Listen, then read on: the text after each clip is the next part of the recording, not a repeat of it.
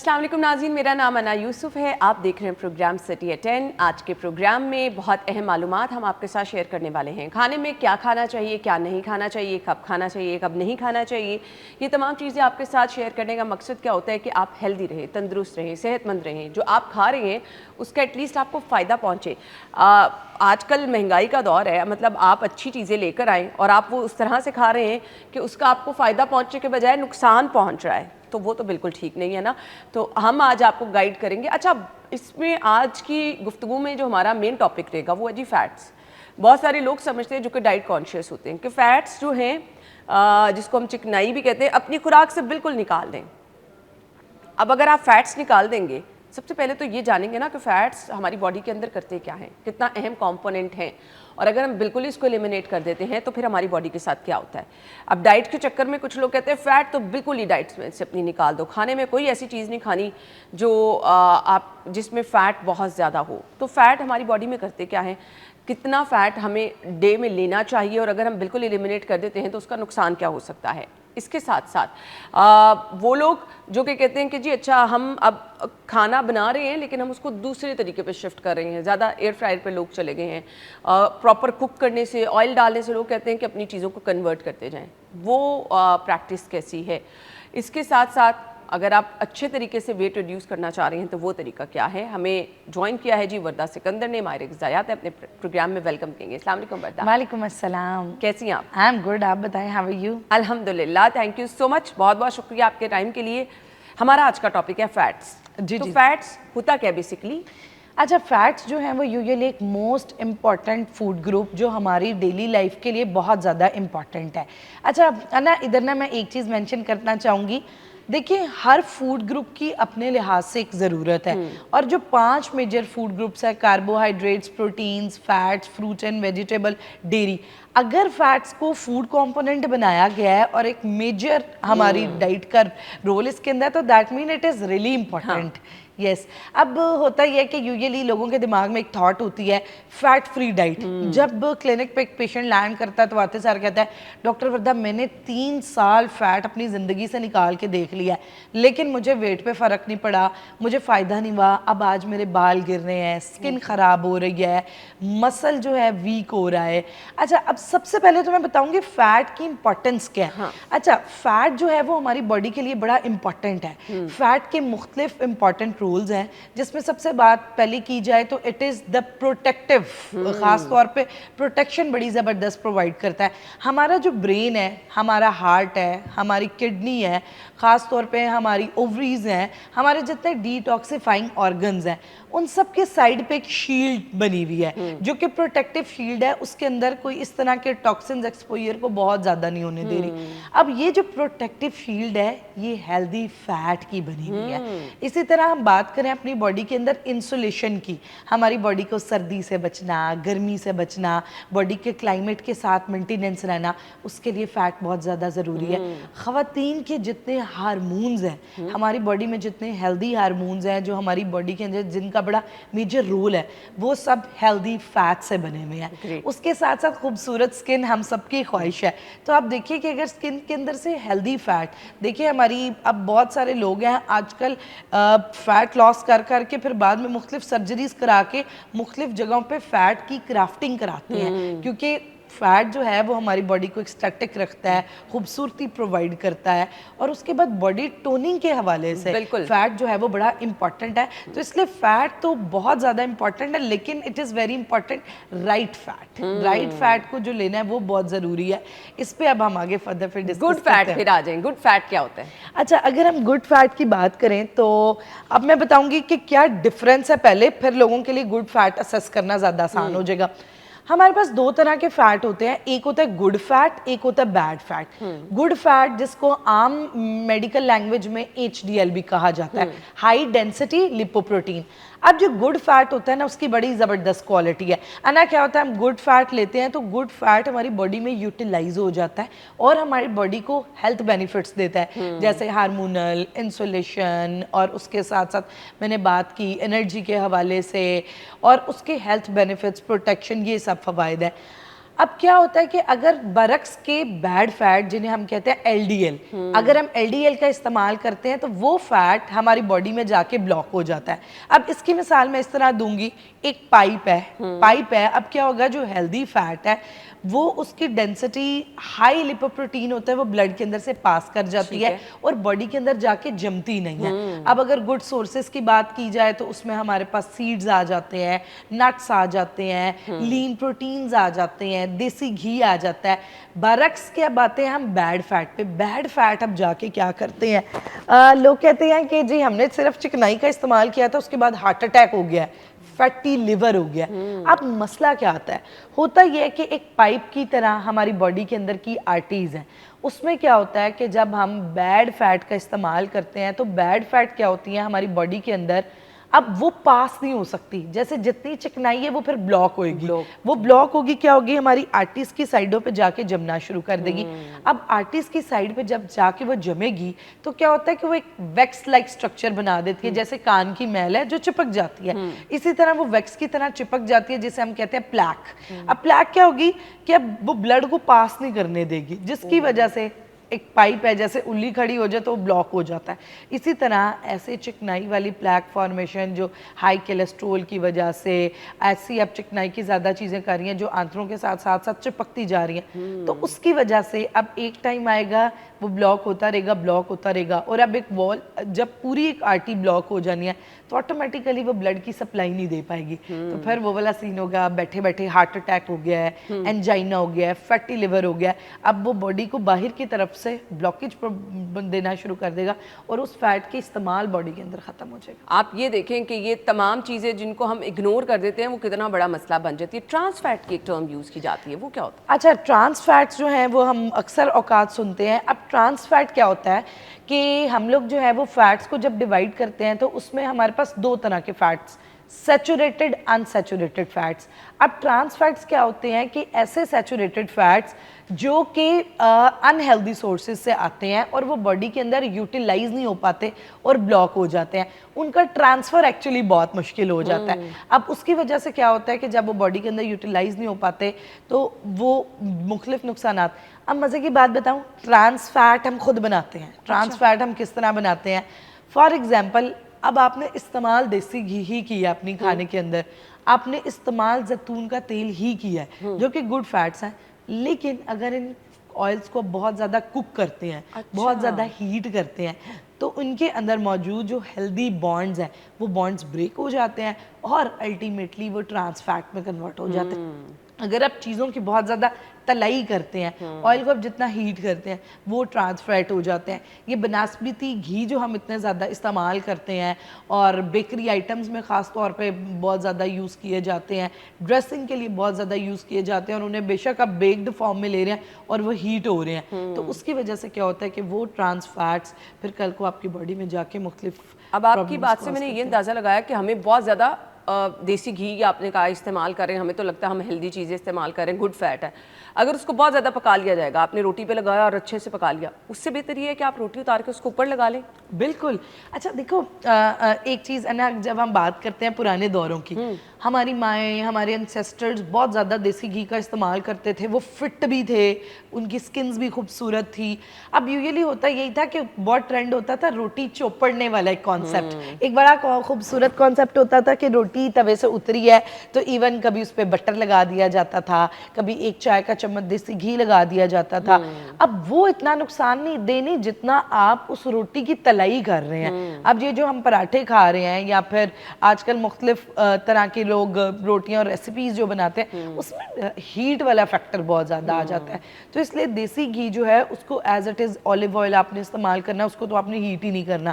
तो इसलिए आप गरम गरम रोटी है उसके ऊपर एक चाय की चम्मच डालें, वो आपके लिए हेल्दी भी है, आपका वेट भी नहीं बढ़ेगा और वो बॉडी में जाके प्रॉब्लम्स भी कॉज नहीं। ठीक हो गया। हम फैट को रिप्लेस करना चाहते हैं कि हम फैट बिल्कुल अपनी डाइट में से निकाल दें, रिप्लेसमेंट पे कुछ आ दे, क्योंकि वो एक नाम से आपको लग रहा होता है ना, ओहो ये तो वेट आपका बढ़ा देंगे। जो लोग वेट कॉन्शियस होते हैं वो बिल्कुल ही निकाल देते हैं फैट को। नुकसान क्या होता है अगर आप अपनी डाइट से बिल्कुल फैट को निकाल रहे हैं? अच्छा देखिए, फैट फ्री डाइट बहुत गलत डाइट है। बीइंग अ न्यूट्रिशनिस्ट मैं हमेशा एक चीज़ कहती हूँ, सबसे ख़तरनाक फैट डाइट्स हमारे पास होती हैं कि आप एक स्पेसिफिक फूड पे रिलाई करना शुरू कर देते हो, हाई प्रोटीन पे आए हो, कीटो पे आए हो।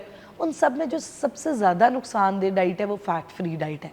अब होता क्या है, जो भी इंसान, ख़ास तौर पे अगर मैं फीमेल से स्टार्ट करती हूँ, जब वो आती है फैट फ्री डाइट में, फॉर श्योर उसके बाल गिरेंगे, फॉर श्योर उसकी स्किन ढलेगी, 110% उसके हार्मोन्स डिस्टर्ब होंगे, वो हमेशा कंप्लेन करेगी कि मेरे जितना भी मस्कुलर सिस्टम है वो बहुत ज़्यादा दर्द होता है और बहुत ज़्यादा वीक हो गया। तो इसलिए इसी तरह अगर मर्दों में बात की जाए, उनके अंदर कमर दर्द का निकलना, पट्टों का कमज़ोर हो जाना, पोस्चर रिलेटेड प्रॉब्लम हो जाना, बालों का गंजपन आ जाना, ये सारी चीज़ें फैट फ्री डाइट का कॉज हैं। तो एक तो ये चीज़, fat free diet is a big cross. आपने, जैसे कि हमें न्यूट्रिशनली USDAID की गाइडलाइंस में हमेशा कहा जाता है कि अपनी डेली रूटीन के अंदर 1 to 3 टीस्पून तक आपने फैट्स को ऐड रखना है। तो वो चाहे आप नट्स की सूरत में इस्तेमाल करें, आप एक अंडा इस्तेमाल करें, चाहे आप 1 चाय का चम्मच देसी घी की सूरत में कर सकते हैं, मिक्स सीड्स का इस्तेमाल कर सकते हैं, और ये हेल्दी फैट्स आपको वेट लॉस में सपोर्ट करेंगे। मैंने भी आपसे ये पूछना है कि वेट लॉस जो लोग कर रहे हैं उनके लिए हेल्दी फैट आप क्या रिकमेंड करेंगे। मुझे ब्रेक का कहा जा रहा है, ब्रेक के बाद ज्वाइन करते हैं, स्टे विद अस।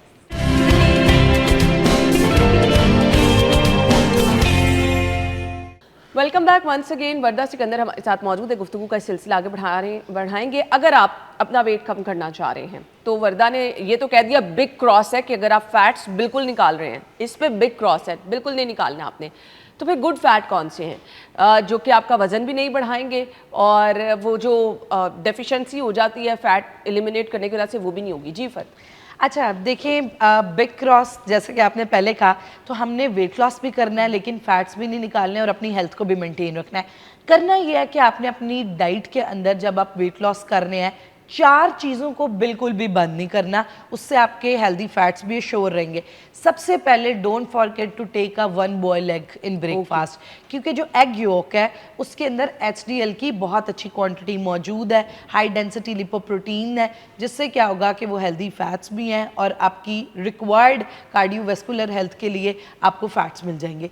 दूसरा, हम नट्स को तो हमेशा प्रमोट करते हैं, बट मज़ेदार बात यह है कि सीड्स के अंदर ज़्यादा बेहतरीन एसेंशियल ऑयल्स मौजूद है जो कि हमारे लिए बहुत अच्छे हैं। तो आप सीड्स का इस्तेमाल अपनी डेली रूटीन में 1 चाय का चम्मच लाजमी रखें वेट लॉस के प्रोसेस के दरमियान। अब उनमें कौन कौन से सीड्स आ सकते हैं? आप पम्पकिन सीड्स इस्तेमाल कर सकते हैं, सफ़ेद तिल इस्तेमाल किए जा सकते हैं, सूरजमुखी का फूल के बीज इस्तेमाल किए जा सकते हैं, पेठे के बीज इस्तेमाल किए जा सकते हैं। अब ये जो सीड्स हैं, इनकी इतनी ज़बरदस्त इनके अंदर ऑयल्स मौजूद होते हैं, वेट लॉस करेंगे। और वेट लॉस के दौरान बहुत सारे लोग होते हैं जिनकी स्किन ढलने लग जाती है, पेट तो कम हो गया लेकिन पेट लटक गया, बाजू का फैट कम कर लिया लेकिन बाजू लटक गए। तो ये लटकने वाला प्रोसेस जो है उससे ये बड़ा ज़बरदस्त हेल्प करते हैं सीड्स। उसके बाद हम आते हैं तीसरी चीज़ पे। तीसरी, इट इज़ वेरी इंपॉर्टेंट कि आपने अपनी डेली डाइट के अंदर देसी घी का 1 चाय का चम्मच या फिर जैतून के तेल का 1 चाय का चम्मच लाजमी इस्तेमाल रखना है। अब इसका इस्तेमाल किस तरह आपने करना है कि आप क्या कर सकते हैं कि जब आपने रोटी बनाई है तो उसके ऊपर 1 चाय का चम्मच देसी घी का इस्तेमाल किया जा सकता है। दिन में एक वक्त जब आप सलाद का इस्तेमाल, क्योंकि 35 ग्राम तक फाइबर तो आपने ज़रूर लेना है वेट लॉस के दरमियान, तो उसके ऊपर 1 चाय का चम्मच जैतून का तेल डाला जा सकता है। ग्रेट। उसके बाद fourth, which is a very important thing, जो कि कोशिश की जाए, एक दूध का गिलास ज़रूर शामिल रखें। अच्छा। अब होता यह है कि दूध के अंदर फैट्स भी मौजूद होते हैं, लेकिन हमने जो दूध इस्तेमाल करना है वो कोशिश करना है medium to low skim milk. वो क्या, किस तरह होगा कि अक्सर क्या करते हैं, हम बलाई को 100% रिमूव कर देते हैं। अब क्या होता है कि बलाई को आपने 70% तक रिमूव करना है, बाकी थोड़ी बहुत बलाई जो है वो आप उसके अंदर रहने दें, और उससे क्या होगा कि वो 30% तक अगर बलाई रह रही है तो उसके अंदर हेल्दी फैट्स भी आ जाएंगे। और अब उस दूध के साथ जो है वो आप कोशिश कर सकते हैं, जैसे उसके अंदर एक जैतून का चाय का चम्मच तेल का डाला जा सकता है, तो उससे भी वेट लॉस में हेल्प मिलेगी। अच्छा अना, एक बहुत बड़ा कंट्रोवर्शियल चीज़ मैं इधर ज़रूर मेंशन करना चाहूँगी। एक जो हम आजकल हर इन्फ्लुएंसर की वीडियो खोलते हैं और हम एक चीज़ देखते हैं, आप खाली पेट एक कॉफ़ी का कप ले और उसके अंदर जो है वो 1 चाय का चम्मच देसी घी का इस्तेमाल करें, आपका वेट 110% लॉस होगा। तो बीइंग अ डाइटिशियन मैं इसको बताना चाहूँगी कि क्या वाकई ही ये एक चीज़ ठीक है या नहीं ठीक है। अच्छा, होता ये है, सबसे पहले don't take empty stomach fats. आप खुद देखें अब क्या कर रहे हैं एक कॉफ़ी के अंदर।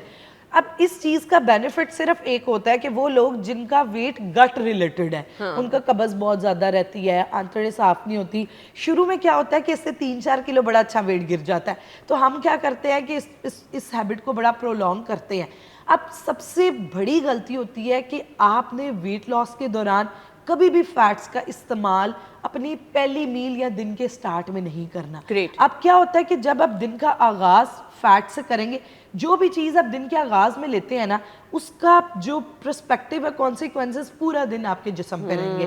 तो अब जो राइट चीज़ होती है जो आपने एक्चुअली वेट के अंदर लेनी है, उसमें हो सकता है कि आप क्या करें, आप सीड्स का इस्तेमाल कर सकते हैं या फिर इसबगोल का छिलका, कोई भी फाइबर वाली चीज़ 35 ग्राम तक आप क्या करें, चिया सीड हो सकते हैं, वो आप खाली पेट जो है वो पानी के अंदर भिगोएं और उसका इस्तेमाल करें। उससे क्या होगा, it is natural Ozempic tip कि क्या होगा कि आपकी भूख कंट्रोल होगी। आप जब अपना ब्रेकफास्ट करेंगे, आप बहुत ज़्यादा ब्रेकफास्ट नहीं करेंगे, पराठे, डीप फ्राइड चीज़ें, वो आपका खाने को दिल नहीं करेगा, फुलनेस की फील रहेगी और आप पूरा दिन एनर्जेटिक रहेंगे। तो इट इज़ रियली हेल्पफुल। तो प्लीज़ ये जो इतनी गलत आजकल सोशल मीडिया पे इन्फ्लुएंस कर रही है ये चीज़ ही, आप जो है वो कॉफ़ी के अंदर पूरा आपने देसी घी का चम्मच डाला और लोग आके कह, अब उसके बाद होता पता है क्या, इतना गंदा बाउंस बैक आता है कि जिससे क्या होता है कि पेशेंट आके कहता है मैं कुछ भी कर लूं मेरा इंचेस में वेट लॉस नहीं हो रहा। आप खुद देखिए, यू आर स्टोरिंग फैट।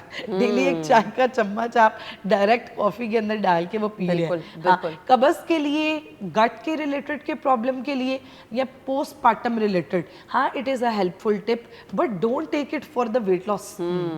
अच्छा जी, अब आपने गट की बात कर ही दी, तो अच्छी गट के लिए हमने क्या करना है, हमारी डाइट में क्या चीज़ें होनी चाहिए? कुछ लोगों को बड़ा ये वाकई स्वेर किस्म का इशू होता है कि वो कुछ भी खा लेते, हजम नहीं होता, ब्लॉटिंग होती है, फिर कॉन्स्टिपेशन का इशू रहता है। तो गट हेल्थ को अच्छा रखने के लिए हमारी ग़िज़ा में क्या चीज़ें होनी चाहिए?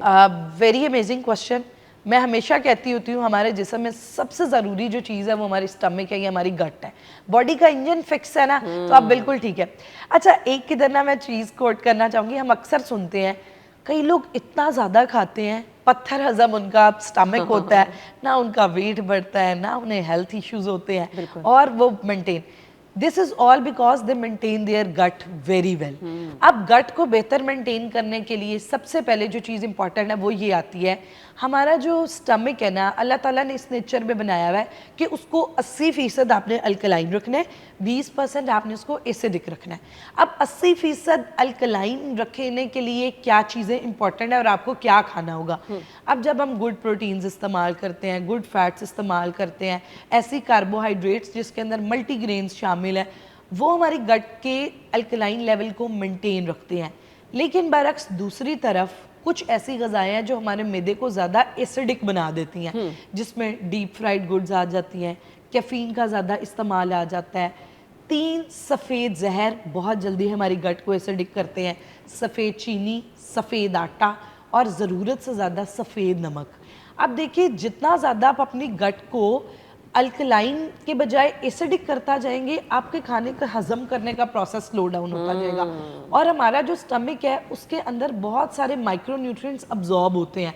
एक कंप्लेन जो अक्सर लोग कहते हैं, हम जितना भी खा लें हमें लगता है कि वो ताकत में कन्वर्ट नहीं हुआ, खाना खा के हमें उल्टा सुस्ती हो रही होती है, एनर्जी कन्वर्ट ही नहीं हो रही। हमने देसी घी भी खा के देखे, अंडे भी खा के देखे।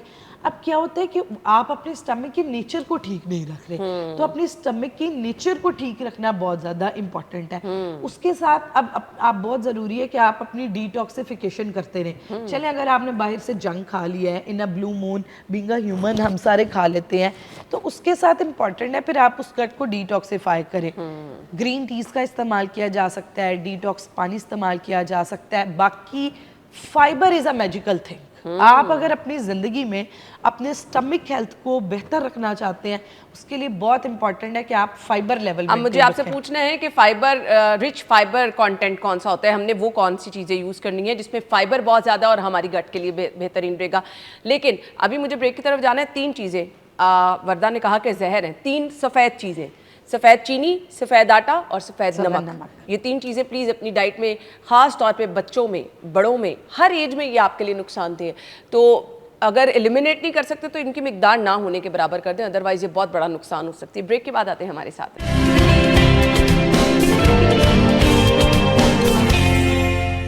Welcome back once again. हम गुफ्तगू का सिलसिला आगे बढ़ाएंगे। आपके लिए कौन सी ग़िज़ा अच्छी है? वो लोग जिनको खाना हजम नहीं होता, वो लोग जिनको कॉन्स्टिपेशन का इशू रहता है, जिनको गट रिलेटेड।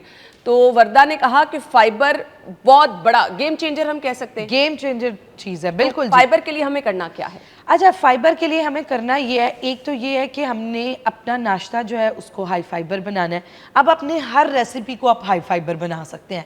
वो किस तरह? एक तो ये है कि आप जब नाश्ता एक ग्रेन का नहीं इस्तेमाल करें, आटा, आपने दलिया इस्तेमाल करना है, आपने ब्रेड इस्तेमाल करने, आपने रोटी इस्तेमाल करनी है, उसको मल्टी ग्रेन्स में कन्वर्ट कर दें। जितने ग्रेन्स आते जाएंगे, मतलब जौ का आटा, मकई का आटा, उतने ज़्यादा फाइबर कंटेंट बढ़ता जाएगा। उसके बाद दूसरी जो हमारे पास हो सकता है, दोपहर में आप जब सलाद का इस्तेमाल कर रहे हैं, मैक्सिमम सब्जियां उसके अंदर डाल लें।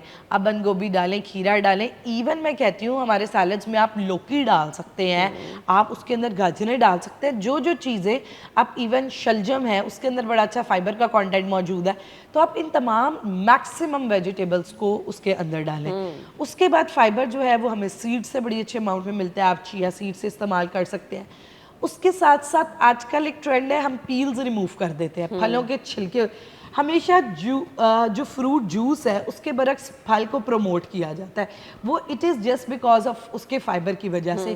तो आप आजकल हमारे पास बड़े ज़बरदस्त फल, जिसमें आड़ू आया हुआ है, अमरूद आए हुए हैं, उसके बाद चेरी आई हुई है, आप जितने भी ये फ्रूट्स हैं, आलू बुखारा आया हुआ है, इनके अंदर कोशिश करें फाइबर के साथ छिलके के समेत इस्तेमाल करें। और अपने बच्चों के अंदर भी हैबिट डालें कि, क्योंकि आजकल जो मैंने देखे कि बहुत ज़्यादा पीडियाट्रिक न्यूट्रिशन में हम देखते हैं बच्चों को कॉन्स्टिपेशन, गट रिलेटेड, आम बच्चा कुछ भी खा के कह रहा होता है मेरा पेट दुख रहा है। अब बच्चे के लिए तो गट का फास्ट होना बहुत इंपॉर्टेंट है। तो इसलिए आप जितने फ्रूट्स हैं उनको विद पील्स इस्तेमाल करें, और उसके साथ जो है वो इसबगोल का छिलका इस्तेमाल किया जा सकता है। और उसके अलावा अगर आप बुढ़ापा है आपका और आप नेचुरल सोर्सेज से फाइबर नहीं ले सकते, तो आप अपनी सॉफ्ट डाइट्स के अंदर भी मार्केट में मल्टीपल सप्लीमेंट्स मौजूद हैं, उसमें आप फाइबर का साशे इस्तेमाल कर सकते हैं। ठीक हो गया। इसबगोल का छिलका, चिया सीड, ये खाली पेट आप इनका इस्तेमाल कर सकते हैं।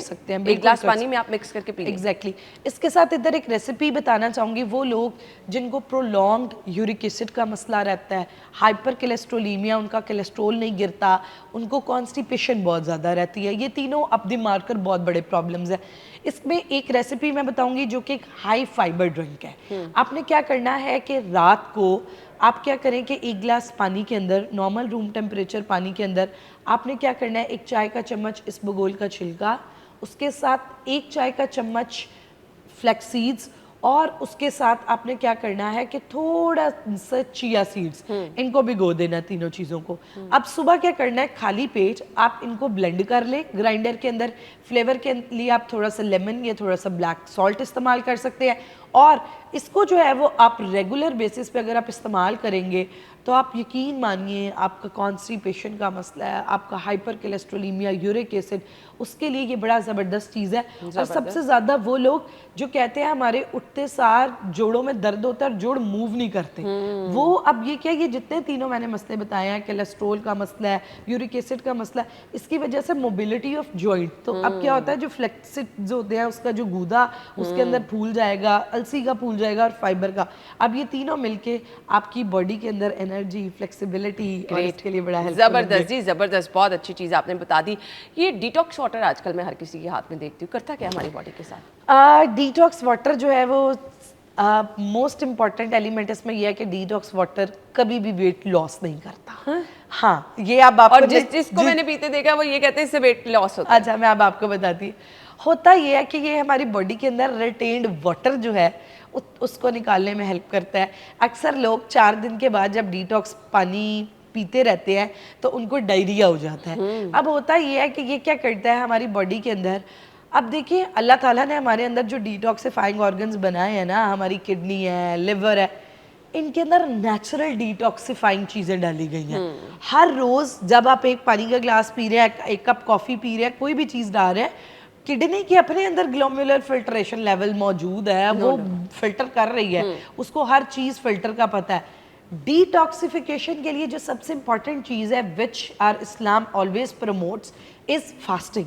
जो सबसे बड़ी चीज़ है आज दुनिया में, द लॉन्गेविटी ऑफ डाइट की बड़ी बात हो रही है, उम्र बढ़ाने की डाइट बात हो रही है, डिटॉक्सिफिकेशन की डाइट हो रही है, तो उसमें the right thing is fasting, not the detoxifying kind of things. हाँ, डिटॉक्सिफाइंग वाटर्स आपकी स्किन को बेहतर करने में हेल्प करते हैं, अगर आपको प्रोलॉन्ग कॉन्स्टिपेशन रहती है उसके लिए बड़ा हेल्पफुल है, उसके साथ ये है कि इन चीज़ों के लिए benefit, but it never shred weight loss. इसी तरह I always use to say that green teas weight loss नहीं करती हैं, ग्रीन टी सिर्फ आपके वेट को मेंटेन कर सकती है। बड़ी मिथ्स हैं। हाँ, लोग बिल्कुल 2-3 दफा मैंने दिन में उनको ग्रीन टी पीते, जी मेरा वेट कम हो रहा है इससे। जी वेट कम नहीं हो रहा होता, वो सिर्फ पानी का लेवल या आपको डायरिया, आपकी बॉडी के अंदर कोई चीज एक्स्ट्रा चीज का स्टे ऑन जो है वो नहीं हो रहा होता। अच्छा वर्दा, एक और चीज़ है, बहुत सारे लोग वेट रिड्यूस करने के लिए पूरा पूरा दिन सिर्फ पानी का इस्तेमाल करते हैं, तो ये बहुत ज़्यादा पानी का इस्तेमाल भी वेट रिड्यूस करता है हमारा? अच्छा देखिए, पानी का इस्तेमाल बिल्कुल वेट लॉस में हेल्प करता है, लेकिन अगर आप ज़रूरत से ज़्यादा पानी पियेंगे तो वो वाटर रिटेन होने लग जाता है। आपने उतना ही पानी पीना जितनी रिक्वायरमेंट है। अच्छा, इधर गर्मियों की एक बहुत बड़ी गलती जो सब लोग करते हैं, पानी की बोतल है उसको मुंह लगाया गुड़गुड़, पूरा, आप यकीन मानिए मैंने लोगों को देखा है 150 ml, मतलब इतना इतना ज़्यादा 6-6 गिलास इकट्ठे पानी पी जाते हैं, टक टक टक टक, हमें प्यास लगी है, वो उस फिनोमिना के अंदर। अब ये एक बड़ी गलत प्रैक्टिस है। देखिए, अगर आपको इस तरह पानी पीने लग जाएंगे ना आप लोग, एक तो वो रिटेंशन वाला एलिमेंट आ जाएगा, और वो पानी आपकी बॉडी के अंदर स्टे नहीं करना, आपको फ़ौरन 15 से 20 मिनट में ब्लैडर फुल होगा और आपको यूरिन आ जाएगा।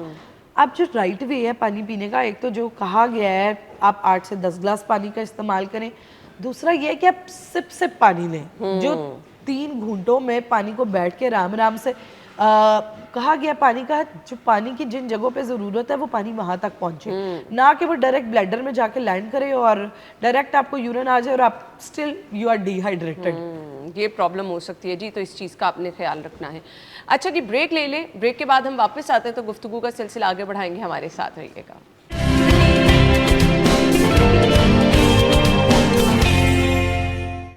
Welcome back once again. Warda हमारे साथ मौजूद हैं। शहर में है जी शदीद गर्मी, और ईद पे जब आप खाना बहुत ज़्यादा खा लेते हैं, बाहर आपका आना जाना बहुत ज़्यादा रहता है, बच्चे ख़ास तौर पर बकरों को लेकर बाहर फिरते रहते हैं, शदीद गर्मी में हीट स्ट्रोक की भी अंदेशा है, तो इसमें फिर हमने अपने आप को सेफ कैसे रखना है? अच्छा बिल्कुल जी, जैसे आपने बात की, इवन जो बड़े भी हैं कसाईयों के पास, उन्होंने बैठना है और सारा काम ही बकरा ईद ऐसा है which is all about heat related. अब हीट स्ट्रोक से बचने के लिए मैं आपको 5 टिप्स दूंगी, तो कोशिश करना है। अब हीट स्ट्रोक में सबसे बड़ा मसला ये होता है कि आपकी बॉडी का टेम्परेचर जो है वो चेंज हो जाता है, बॉडी एकदम हीट अप हो जाती है। अब एक तो ये है कि आप शॉवर्स लेते रहें, 3 से 4 शॉवर दिन में लें, आपकी बॉडी का टेम्परेचर मेंटेन रहे। दूसरी चीज़ ये आ जाती है well hydration, it is very important. आप पानी का इस्तेमाल करते रहें, पानी के साथ आपने क्या करना है कि कोशिश करनी है कि जो तीसरी टिप है, पानी के अंदर नमकियात का इस्तेमाल साथ आप ज़रूर अशोर करें, उसमें ORS भी इस्तेमाल किया जा सकता है। उसके अलावा नेचुरल स्कंजवीन सबसे बेहतर चीज़ है, आप नेचुरल स्कंजवीन को बगैर चीनी के इस्तेमाल कर सकते हैं। उसके अलावा थोड़ा सा नमक और थोड़ा सा लेमन डाल के। हाँ, उसके अलावा कुछ ऐसे फूड्स हैं हमारे पास विच इज़ हीट सपोर्टिंग या रेजिस्टेंट हीट से बड़ा हमें हेल्पफुल करते हैं, जैसे कि वाटरमेलन है, आलू बुखारा है, खरबूजा है, आड़ू है, जिसके खीरे है, जिनके अंदर नेचुरली पानी भी मौजूद है, नमकियात भी मौजूद है। आप इन चीज़ों का इस्तेमाल ज़्यादा रखें। 5वीं टिप जो कि बहुत इंपॉर्टेंट है वो ये है कि अगर आपने बाहर बैठना है या आपके बच्चे भी बाहर जा रहे हैं, तो आप एटलीस्ट अपने सर पे डायरेक्ट हीट नहीं पड़ने दें। आप क्या करें, आप कैप कर अपने सर पे कवर कर लें, अम्ब्रेला या किसी सायेदार जगह पे कोशिश करें, और उसके साथ बहुत ज़्यादा गर्म चीज़ें जैसे कि बहुत एक्सेस प्रोटीन्स का इस्तेमाल हो सकता है, उनको अवॉइड किया जाए, क्योंकि अगर आप एक्सेस प्रोटीन्स का इस्तेमाल करेंगे, गोश्त चूँकि गर्म है बहुत ज़्यादा, और उसके साथ साथ ऐसी चीज़ें जैसे अक्सर लोग कावा जात का बहुत ज़्यादा इस्तेमाल कर रहे होते हैं, ये तमाम हैबिट्स हीट स्ट्रोक के हवाले से बड़ी ख़तरनाक है। बीफ कुछ लोग बहुत ज़्यादा खाते हैं, कबाब की फॉर्म में खा लिया, तो ये बीफ बहुत ज़्यादा गर्म होता है, ये नुकसान पहुंचाता है? अच्छा देखिए जी, सबसे पहले बीफ इज़ अ सबसे बेस्ट आयरन का सोर्स है, लेकिन बीफ की अमाउंट को बड़ा मेंटेन करना पड़ता है। अब अगर आप 1 ऑंस से ज़्यादा बीफ ले लेते हैं तो आप देखिएगा आपको हल्की हल्की खारिश होनी शुरू हो जाएगी, और ख़ास तौर पे इस ये जो मौसम में जिसमें जैसे कि बकरा ईद है, बहुत ज़्यादा गर्मी है, तो इसलिए ज़रूरत से ज़्यादा बीफ का इस्तेमाल जो है वो डेंजरस हो सकता है। तो आप ये है कि आप उसको बिल्कुल 1 ऑंस तक इस्तेमाल करें कबाब की सूरतों में, कोफ्ते की सूरत में, स्टेक की सूरत में, लेकिन 1 ऑंस से ज़्यादा इस्तेमाल ना करें। और ख़ास तौर पे अक्सर औकात माएँ बच्चों को बहुत ज़बरदस्ती बीफ खिला रही होती हैं, कबाब है, बर्गर्स में लगा लगा के, दिन में 3 टाइम मील जा रहा है, बच्चे को बीफ बर्गर पसंद है तो 3 टाइम बीफ बर्गर दिया जा रहा है। That is a wrong habit. आप बच्चे को डाइवर्सिटी में दें, आपने 1 टाइम बीफ बर्गर दे दिया, दैट्स इट, ठीक हो गया। अच्छा, ऊँट का गोश्त की अफादियत क्या है? अच्छा, ऊँट के गोश्त की इफादियत की जाए तो सबसे ज़्यादा जो हमारी मस्कुलर हेल्थ है उसके लिए जिस गोश्त को कहा जाता है वो ऊँट का गोश्त है। मस्कुलर हेल्थ के हवाले से ख़ासतौर वो लोग जो कहते हैं मेरी गर्दन की दर्द नहीं जाती, मेरी रीढ़ की हड्डी की दर्द नहीं जाती, डिस्क का मसला नहीं ठीक होता, पट्ठे कमज़ोर हो गए हैं, बॉडी लेग्जिबिलिटी को इम्प्रूव करने के लिए बहुत इंपॉर्टेंट है, बॉडी का नरम हो जाना, सैगी लाइक बॉडी कुछ लोगों के, वो ऊँट का गोश्त बहुत ज़्यादा उनके लिए हेल्पफुल है। और उसके साथ साथ जो ऊँट के गोश्त की एक और बड़ी अफादियत का बारे में कहा जाता है हमेशा कि जो ऊँट का गोश्त होता है ये बॉडी के अंदर डाइजेस्ट बहुत अच्छे तरीके से होता है। अच्छा। बाकी प्रोटीन्स जो हैं वो डाइजेस्ट होने में ज़रा प्रोलॉन्ग्ड है, जैसे बीफ, ये डाइजेशन के हवाले से ऊँट का और खरगोश का गोश्त दोनों इस हवाले से, बिकॉज इसका टेस्ट जो होता है वो थोड़ा सा जैसे अचारी टेस्ट होता है। अच्छा। हाँ, उस तरह का थोड़ा सा फ्लेवर होता है। तो ये है कि बिल्कुल जी, ऊँट का गोश्त भी अगर आपके नेबर से आपको आ रहा है या आप खुद कर रहे हैं तो इसका इस्तेमाल ज़रूर कीजिए। मैं यही पूछना चाह रही थी क्योंकि मैंने ऐसे कभी खाया नहीं है ऊँट का गोश्त। अच्छा ना, आई जस्ट ट्राइड ऊँट के गोश्त के कबाब। अच्छा। और इतने ज़बरदस्त कबाब जिसकी कोई इंतहा नहीं। और आप यकीन मानिए सबसे मज़ेदार बात कि ऊँट के गोश्त का अपना एक बड़ा एनरिच फ्लेवर है, तो वो आप बिल्कुल यू शुड ट्राई, और बड़ा मज़ेदार है, आप इंजॉय कर सकते हैं। ज़रूरत से ज़्यादा इस्तेमाल नुकसानदेह है? देखिए ज़रूरत से ज़्यादा हर चीज़ का नुकसान है, चाहे वो सेहतमंद चीज़ें हैं, ज़रूरत से ज़्यादा आप सादे पानी का इस्तेमाल ही ज़्यादा कर लेंगे वो नुकसानदेह। मॉडरेशन इसकी। अच्छा, गर्म होता है क्योंकि हम हाई ब्लड प्रेशर के लोग या फिर वो जो डायबिटीज़ के हैं उनको हम थोड़ा सा इससे अवॉइड भी रखें? बिल्कुल। अच्छा, एक चीज़ मैं इधर ज़रूर ऐड ऑन करना चाहूँगी बकरा ईद के हवाले से। देखिए गोश्त जो है वो बिल्कुल कुर्बानी है और सबके लिए गोश्त की बड़ी अफादियत है, लेकिन अगर घर में हाइपर कोलेस्ट्रोलीमिया के पेशेंट हैं, यूरिक एसिड के पेशेंट हैं, आपने अभी ब्लड प्रेशर की बात की उसके पेशेंट हैं, थायराइड के पेशेंट्स हैं और हार्मोनल प्रॉब्लम्स के साथ पेशेंट हैं, प्लीज़ वो गोश्त बहुत देख के खाएं, वो सोच समझ के गोश्त का इस्तेमाल करें।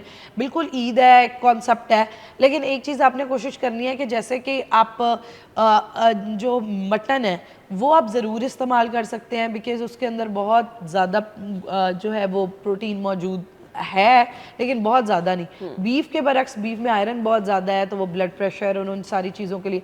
और एक चीज़, right way to eat proteins, हमेशा जब आप गोश्त का इस्तेमाल करें, एक तो ये है कि वो गोश्त आपकी बॉडी के अंदर जाके अब्जॉर्ब हो, उसके साथ विटामिन सी का इस्तेमाल ज़रूर करना है। ऊपर नींबू छिड़क के खाएं, थोड़ा सा सिरका डाला जा सकता है, सेब का सिरका डाला जा सकता है, ब्लास्मिक विनेगर डाला जा सकता है, उसका इस्तेमाल किया जाए। उसके बाद दूसरी चीज़ ये है कि गोश्त के साथ फाइबर ज़रूर इस्तेमाल किया जाए। खाली गोश्त आप किसी भी किस्म का बहुत ज़्यादा खाएंगे तो आपको कॉन्स्टिपेशन हो जाएगी, तो इसलिए आप उसके साथ फाइबर का, सलाद का इस्तेमाल, रायते का इस्तेमाल किया जाए। उसके साथ गोश्त के साथ सोडाज नहीं डाले जाएं। अब क्या होता है कि गोश्त जब हम खाते हैं ना, हमें प्यास बहुत लगती है, तलखी बहुत लगती है, हम सोडाज ले लेते हैं। अब सोडा क्या करता है, वो हमारे मैदे को जाके फौरन एसिडिक कर देता है। अब वो प्रोटीन्स जो है उनकी डाइजेशन में बड़ा प्रॉब्लम कर देता है, तो इसलिए सोडास का इस्तेमाल ना किया जाए।